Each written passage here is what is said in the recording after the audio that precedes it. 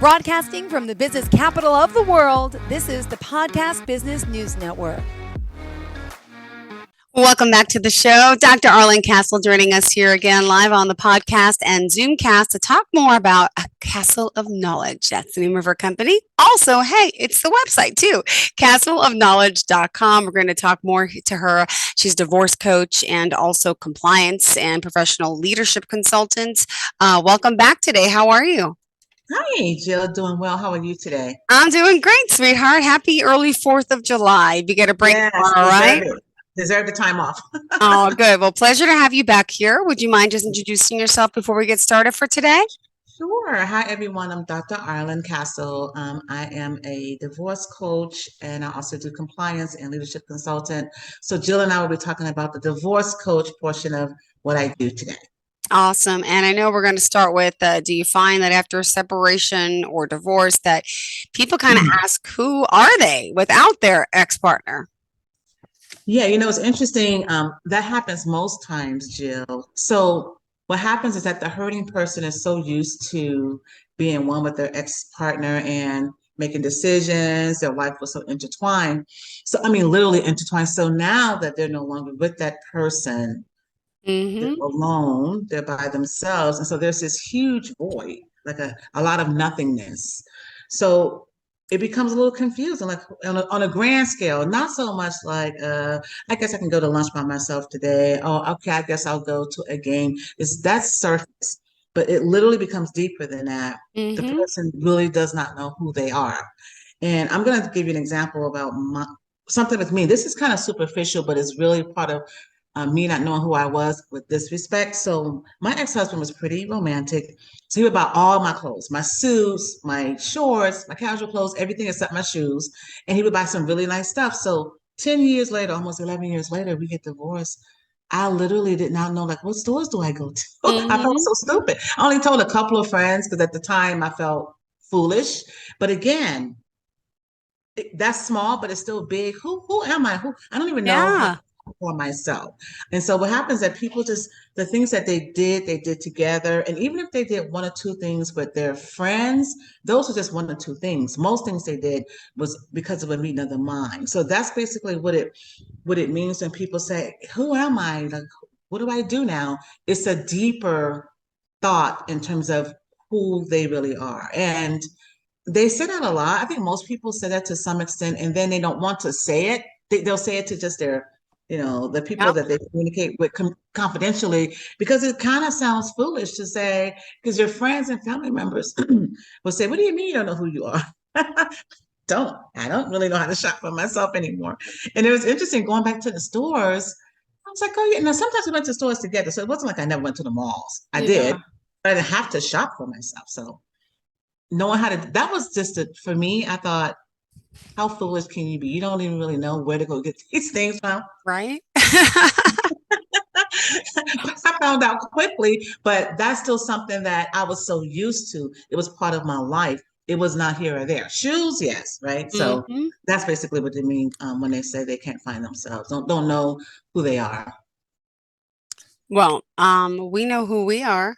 Dr. Arlayn Castle, Castle of Knowledge. Just if you're tuning in, that's who we are today. And I'm Jill Nicolini, you know that. But can people really, truly ever heal after divorce or separation, would you say? Absolutely. People can truly heal and get through that emotional overwhelm after separation or divorce. So what's important is that it's more than just going on with your life. Some people just decide to just go on with life. I'm going to go on with life. I'm going to keep doing what I've been doing. I'm going to date. That's not necessarily healing, right? I suggest that people go to therapy. I suggest that people seek a coach to guide them through the healing process. If they receive the proper guidance and get the proper tools, they can absolutely transform their lives and heal. So seeing their ex-partner wouldn't be a trigger, right? Or dealing with the memories that they have that's going to inevitably come back from time to time won't be a trigger. It'll be okay. They'll learn how to deal with those memories, and then be more appreciative of really loving themselves and life again. So you can absolutely heal. You can absolutely move on. You can absolutely get over the divorce or separation, and you should. Otherwise, you're just going to be going with the flow of life, and it's actually going to be repressed. Because whenever you find yourself having triggers, I see my ex-partner, and then the old memories come back, the negative memories come back, you really haven't healed. You need to be able to see him or her and say, "How you doing? Have a nice day." And you do get to that point. Well, I also want to ask you this question. When you've been doing this for quite some time, you had your own experience with going through a divorce. So someone like you, by the way, can really empathize the issue. And I say that all the time because it's important, not to knock anyone who's a divorce coach who's never been through it. But, you share with me your own personal story and history. And of course, I just think that makes it a lot better to work with someone like you. And then the next question is, well, when do you learn to start dating again? Is it okay to date again? It gets so confusing, right?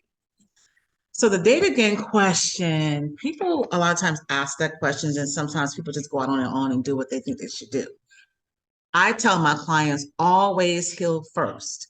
Don't be in a rush to go and date again, because what happens if you don't heal first and you go and date again, most times you're dating out of your pain, right? You're dating to get a little bit of comfort, to feel a little bit better, to feel that you've moved on, but it's just a farce. And you when you do this and then you get the healing that you actually need and deserve, that person who you were dating, you may not want them anymore because you wanted them for other reasons. You wanted them for those very superficial reasons that you just needed someone in your life at the time.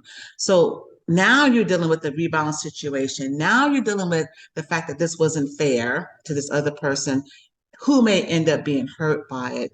So the best thing to do is heal first. Then that way, when you go into a relationship, you go on with a clear mind and a clear heart, right? Very important.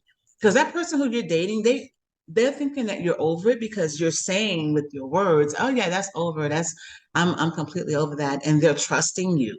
Right? They're not going to ask you, but did you go to therapy? Did you get a coach? Did you? They're not going to ask you that. They're going to trust that you have gotten over it. And there's a lot of times people left in the wind because now you've gotten some healing. You went and got some healing from a coach or whomever, and you're like, okay, I don't really like this person. I like this person when I was sad.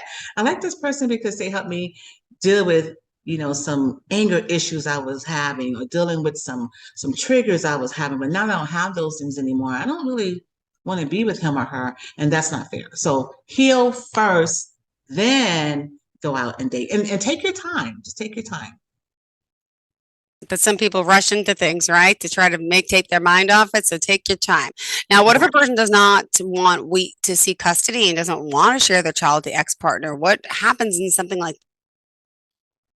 So unfortunately, for that person, it doesn't work that way, right? So the courts typically provide uh, custody to joint custody if it's in the best interest of the child.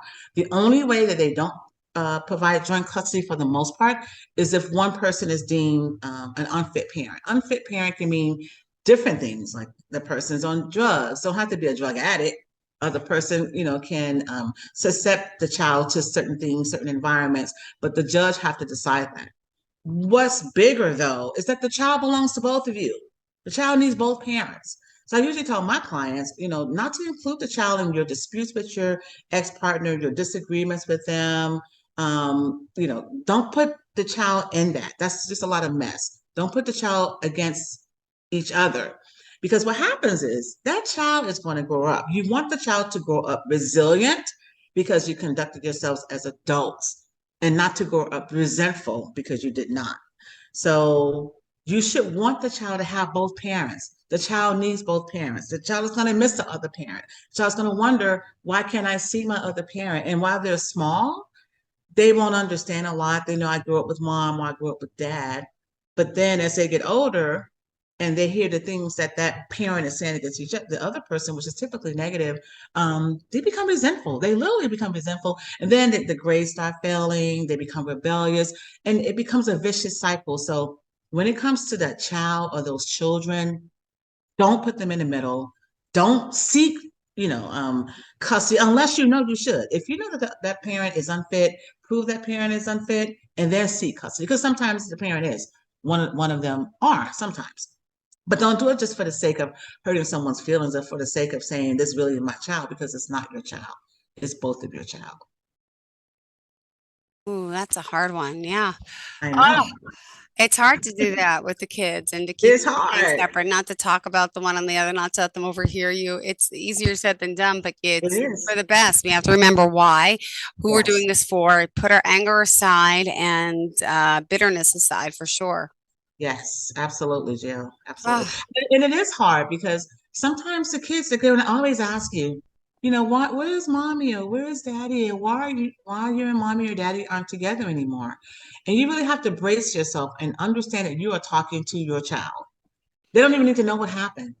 I don't care if it's a cheating incident. I don't care whatever it was. They don't need to know what happened. You just what I did and what I tell my clients to say is, Mommy and Daddy were having some issues we couldn't resolve, so we're no longer together. But we both love you, right? We both just keep that, but we both love you. Everyone don't do that. And I'm telling you, there's some broken kids out here as a result, which is why I wrote that book. And I give it away to people sometimes and say, give this to your niece, give this to your friend. When I see that they're going through some things, they don't know, they don't have strategies. The unfortunate thing about court that I realized once we went to court is that once they render the divorce decree, that's it. They don't give you any kind of guidance as to what to do with your kids, how to do it, whether you should work together or not. All they say is, okay, they'll render the divorce decree or joint custody or whatever type of custody, and you go from there. And I think there should be something in the court system where you either go to a 30-minute class to see how to strategize to work together or something, but there's nothing. So that means that the parents have to fend for themselves. And if they're not given any guidance, the anger sometimes take over, right? Or the mm-hmm. bitterness takes Yeah. over. Yeah, yeah, absolutely. Wow. Well, also, we want to point out how we can reach you one more time. Um, so the business is called A Casa of Knowledge LLC. You can reach us at our website, which is casaofknowledge.com. We also have a phone number, 818-276-6199. If you're interested in a complimentary call, you can call to see what it is that we provide and see if we're a good fit to work together. Perfect. Thank you so much. All right, everyone, let's continue the conversation. Again, Dr. Arlen Castle here joining us, talking about now, how do you guide your good every day? Maybe, can you explain that one? So a lot of times, clients and people who are hurting due to divorce, they're angry. So their general disposition is just not, they're not in a good place. So what I Hmm. typically do with my clients, they don't always like this, especially at the beginning. I'll say, so tell me one good thing that's happening in your life. And sometimes they're like, "Ugh, nothing. Nope, nope. I mean, one good thing, I don't care how big, how small. Tell me one good thing that's happened in your life. And the reason why I do this is I want to take them to a place of gratitude. I Yeah, mean, Jill, the fact that they woke up this morning, that's a good thing, right? So even if we have to go there and everything else is bad, the fact that they woke up this morning is a good thing. The fact that they have friends and family that love them, no matter the quantity. The fact that they don't really like their job, but they get to go to work. There's some people who want to get to go to work, but don't have jobs. So just the small things, I take them to that place of gratefulness just to start off when we have our conversations. And because what happens is the bitterness and anger that they're feeling because of the situation, it kind of simmers a little bit.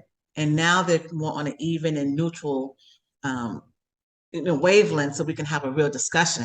Because you can't start a discussion with how they're coming to the table right away yeah. because the bitterness takes over and they can't hear, they can't listen properly. So yeah, we go to a place of gratitude. And so sometimes they'll have some things ready for me. They'll say, "Oh, I have two or three things." I let them do that. I'm thinking, great. They know that this is where we're going to start. And two or three things is even better because that means that you're digging deep to find. And I'm talking about the thing can be something like, I really didn't know how to make rice, but I made a really good pot of rice last night. You know what, Jill? That sounds like really, but it is really. It is something because sometimes people have nothing to say, nothing to Yeah. grab. And I ask them to go for that silver lining, just the thinnest Hmm. of the thinnest anything. And some people just had an accident, they lost their job, that someone passed away. It's just so many negative things that happen in life, but they pulled up that one thing because I make them tell me that the guy came and cut your grass yesterday and he hadn't come in a month.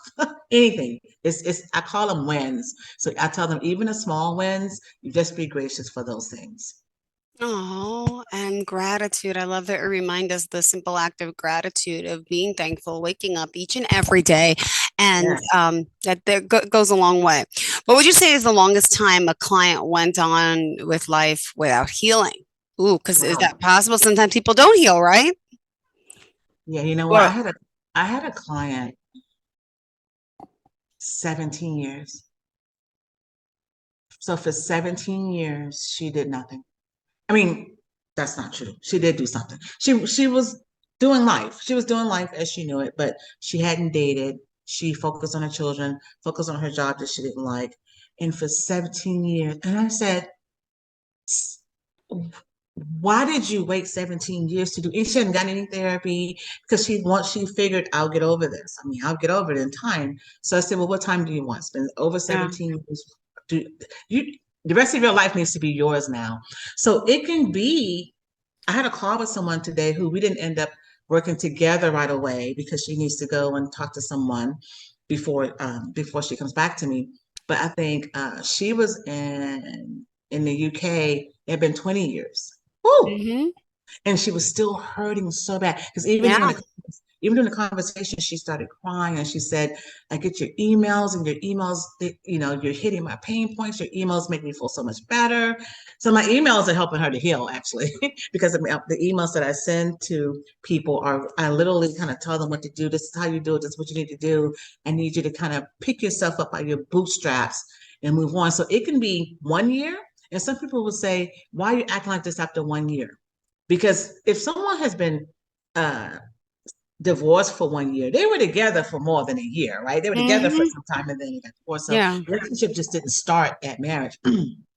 And it could have been a dynamic 1 year period with the other times that they were together. So it can be any amount of time. I tell people don't discriminate in terms of how long the person's been divorced, whether it's 1 year or 20 years, it's still the same feelings and emotions and emotional overwhelm that they go through. And I just told people, just please go get some help because that person who was in the UK, I asked her, how do you show up every day? She said, I smile. So Hmm. every day, when I go see my kids in the States, I smile. I don't want them to know, but they're going to be moving here soon. So I don't know what I'm going to do. I said, please help yourself to help yourself. You don't want to live the rest of your life doing this. And I asked, where's your former spouse? And she said, oh, they've been on with life. Don't even call, don't write, don't do anything. So yeah, it can take any amount of time, Jill.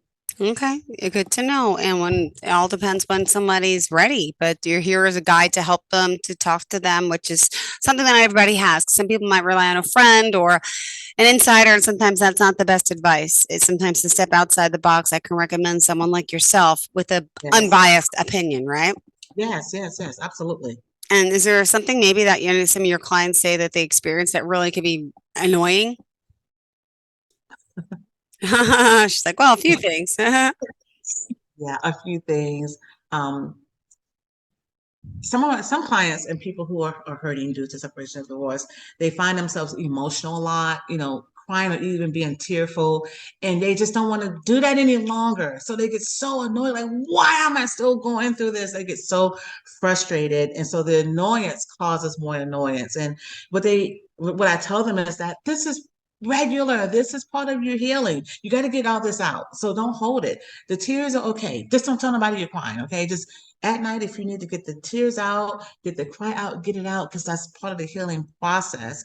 They now understand that, but it's so annoying to them because 99.9 times out of 10, the ex-partner has moved on, and that makes them even angrier with themselves. Like, I don't understand why I'm even feeling this way. This person don't even ask how I'm doing. They don't even check in with me.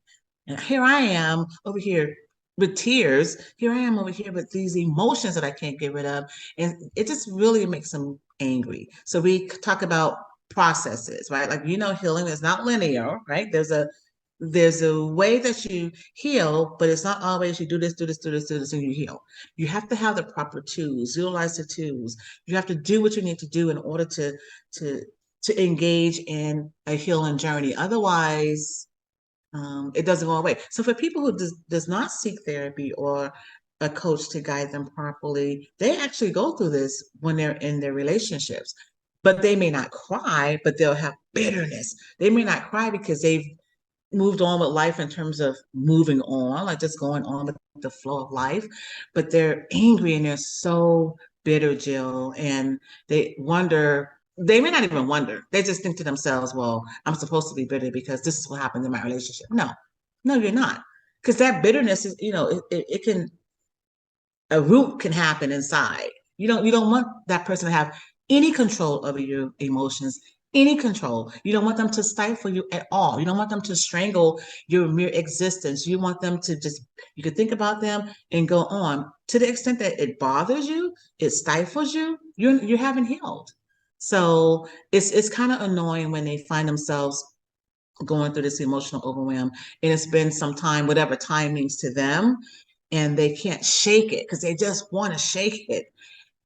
You can't just shake it though, right? And it's unfortunate. I don't know why it is that divorce is like that, but it's a traumatic experience. So there's a grieving process. Like when someone passes away, there's a grieving process, right? And you may not ever get over that person passed away, but you do learn to deal with the fact that they are no longer here. Well, divorce is a traumatic process, but the person is still living. So yeah, they just become really, really annoyed. Well, in your years of expertise and all you've done, is there a case or two that you want to share with us, about someone experiencing any of these things that we talked Yeah. about today? Yeah. So let's go with let's see, who should I go with? So I had a client who um the most wonderful woman in the world, most wonderful woman. And when I speak to her, I always thought that she was doing well because the way that she presented herself was just so lovely and so whole and so together. But then because of my training, I thought, no, you can't put a wool over my eyes. So there are certain things that I would say to her, and then the real person comes out. And one time she started crying, and I actually commended her for doing so. And I asked her, so why are you crying right now? And she said, it's only been 5 years. 5 years could be a long time for many people. But every time my kid mentioned, my husband's name, just the name, my stomach starts hurting. I go in the restroom and I cry. And I said, every time? She said, every time. I said, okay, so then why are you presenting yourself to me like you're okay? And why are you telling me that you're okay? You're not okay. And she said she was embarrassed. She said, I'm embarrassed because it's been 5 years. I'm like, no, no, no, no, no. In order for us to go through a healing journey and a process, I need you to be committed to you. I need you to be 100% committed to just being real with me. I can't help you if you're not real with me. She said, well, how did you know that I was just doing this? I said, I have training. I've been doing this for a long time, but it shouldn't have to be that, right? I shouldn't have to go through, break down your barriers to get to where I've gotten since you've been in the program for 2 weeks. We need to work together. And after that, she had told me, I think for another 3 weeks, that she just allowed herself to cry, but she could not.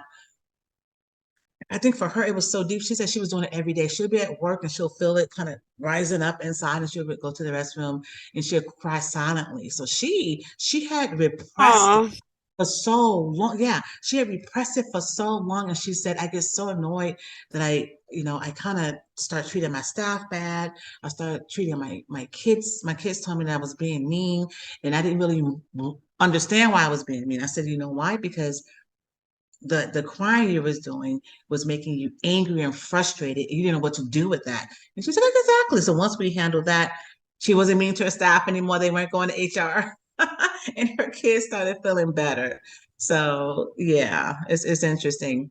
Another thing I want to mention, one common thing that people say is hard to heal from is they feel like they're on a hamster wheel. Is that what you call it? A hamster on a wheel, and it makes have a them, whole. yes, yes, it makes them feel like they're stuck. So they said a few days go by and they're like, oh, okay, I feel great. And then the next day they just go backwards. They don't understand why. So a lot of times what I find is one common theme is that emotional overwhelm just keeps coming back, keeps coming back. That's another thing that makes them feel frustrated sometimes. It just keeps coming back. And I ask them, how do you deal with it? And they don't deal with it, right? They're like, I don't know what to do. I try to, I just told myself, stop it. I told myself, I'm going to get better. Just stop. Okay. So then that's when I say, go to therapy, let them help you, and then get a coach so we can give you the tools that you need so that you can literally stop going backwards. And some people one young lady, she told me, she said, I'm just so sick of this. I just don't want to be here anymore. I'm like, no. You need to be here. You need to be here. You need to live. Don't let that take your life away. You need to live. So yeah, so sometimes people feel that way. Like I can't break this system of emotional overwhelm. But it should not get to a point where you want to kill yourself. And sometimes it does get that. And to that point, I send them to the suicide hotline. I don't really deal with the suicidal portion, except to maybe to get them to a place of being stable, talking to them so they do feel that they want to be alive at the moment, and then transition them, but literally call to transition, transfer the call and get off the call. So some people get there, Jill. It's literally that serious. Well, I got to say, thank you for today. I didn't realize we were out of time. Of course we are. It always happens like this, but we're good. Want to remind everyone how we could reach out to you. Thank you. Thank you. So I'm Dr. Arlayn, castleofknowledge.com and 818-276-6199. Thank you so much. It's so great to see you, Jill. I'll see you next time. Happy 4th to you and your family, okay? Enjoy.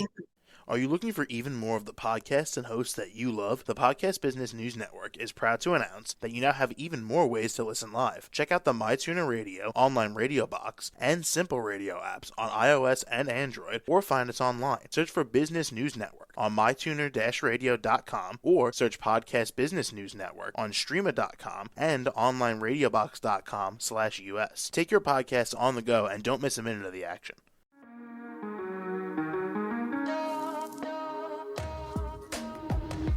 Broadcasting from the business capital of the world, this is the Podcast Business News Network. For nearly 2,000 severely injured veterans, everyday life has become filled with barriers. Day-to-day simple tasks can become pretty daunting. I have to carry my chair up 2 flights of steps or have somebody do it for me. What scares me the most is just the falling. When I'm struggling with my house, I think, to have that one great barrier just knocked down, it's crucial. Home for Our Troops is a wonderful nonprofit that builds a mortgage-free, fully adaptive, handicap-accessible house. And there's no catch. It'll be our very first home that we've ever owned. This is a game changer. This is where your life begins again. We need you to join us in completing this important mission. Please visit hfotusa.org and help build homes and rebuild lives. Because of you, everything's going to be okay.